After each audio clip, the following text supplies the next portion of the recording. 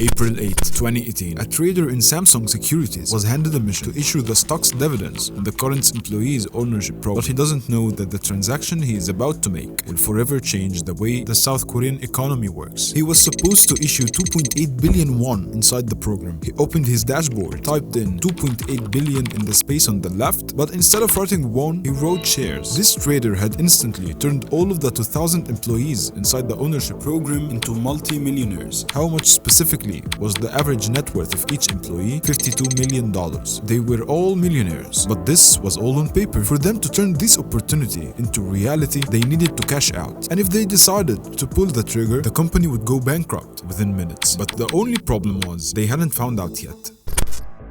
The stock market opens at 9 a.m. A Samsung Securities trader was desperately waiting for his dividends to hit his account. He kept refreshing the screen to make sure the transaction came through. But when it finally happened, the number that popped on the screen left him speechless. The 34-year-old trader Choi was supposed to get 1,000 won on every share he owned. Dividend payouts were sometimes known to get delayed more than the actual payday. So he was refreshing the dashboard, just like a gambler hitting a slot machine, hoping the next click would hit the jackpot. But when the actual dividends arrived, he discovered he unexpectedly had hit the ultimate jackpot. Instead of getting 1,000 won per every share owned, he got 1,000 shares per share. This means that if he had owned 1,000 shares of Samsung Securities, he was expected to get million won, which equals to $734. Instead, he received 1 million shares. At market price, these shares would have a total value of approximately $29 million. His mind froze for a second. He didn't know what is this or what to do about it. And this is when he looked at his colleague named Koo in the next cube. From the reactions on their faces, both of them realized that they had got the ultimate unexpected jackpot. For a moment, they kept it silent. They thought they were the only ones receiving these sums of money. But it didn't take much longer for them to figure out that the issued shares didn't go to only 1 or 2 employees. It had gone to all of the 2,000 employees that had participated in the company stock ownership program. The entire company had turned into a cash bonanza. A total of 2.8 billion ghost shares had been issued that day. This was 30 times the total amount of outstanding shares of the company. At the market price, Samsung Securities was giving away $104 billion to its employees for free. The company was in very deep trouble. But this was not the humiliating part. Samsung Securities was heading into a much more embarrassing situation.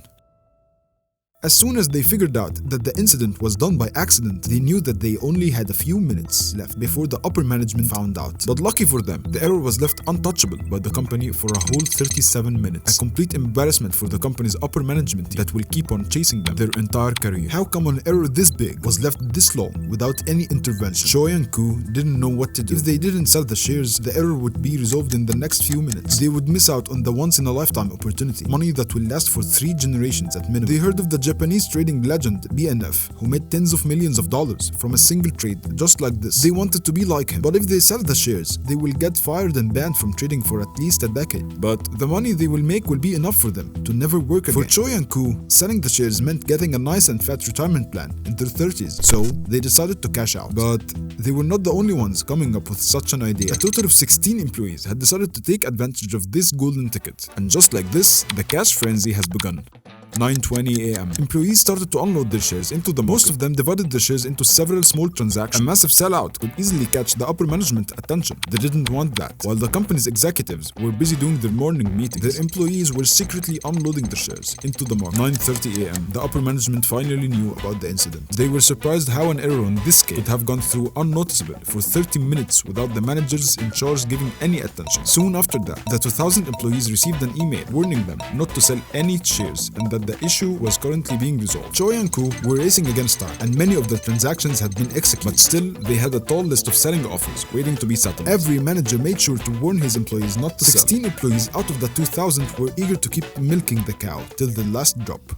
9:37 a.m. The IT team has figured out a way to reverse the $104 billion transaction and get the issued ghost shares out of the company's accounts. Koo and Choi noticed that the current transactions were being blocked. They realized that the selling frenzy was over. After the frenzy had ended, each one of the 16 employees managed to successfully sell $9.3 million worth of stocks and wire the money into their accounts. A total of $190 million worth of ghost shares was sold in the Samsung Securities heist. Word got out about the live cash bonanza that happened in Samsung Securities. As the 16 employees celebrated their cash earnings, the company CEO was about to pay the price for what they had done. And let me tell you, the $190 million that was gone was nothing when compared to what was going to happen next. Employees stock dividends, prompting the Koo Sung-hoon, the company's CEO, was sitting in his office when he received the news from the technical team, finally blocking the rest of the accidentally issued transactions. By looking into his office, you can tell that the last couple of minutes weren't the best time of his day. As word started to leak out into the market, the entire South Korean financial market turned into chaos. The company's stock price fell by a sharp 12%, wiping over $300 million of market value out of existence. But Koo Sung knew that this was just the beginning. Samsung Securities was the country's fourth biggest trader by market value. He knew he would be lucky if he walked away with such a small loss. Koo was certain that it was only a matter of time before the domino effect began its race. A couple of hours later, the second time bomb blew, but this time it was from the South Korea's National Pension Fund. The National Fund of South Korea is the third largest pension fund in the world. It controls over $800 billion worth of assets under its belt, and of course, it is the largest investor in the South Korean economy. On the other side, the name Samsung is considered the cornerstone of the South Korean economy. For decades, these two giants were bonded together with a strategic alliance, but today, this alliance will dissolve. South Korea's National Pension Fund had decided to suspend all of the trading activities with Samsung Securities. Having a client like this in any firm would almost certainly guarantee a couple of $1 billion in pure profits annually. Koo Sung-hoo immediately knew that the odds of him staying in his position were insanely slim, but he doesn't know that these odds are about to get much slimmer when the following set of news start to roll out.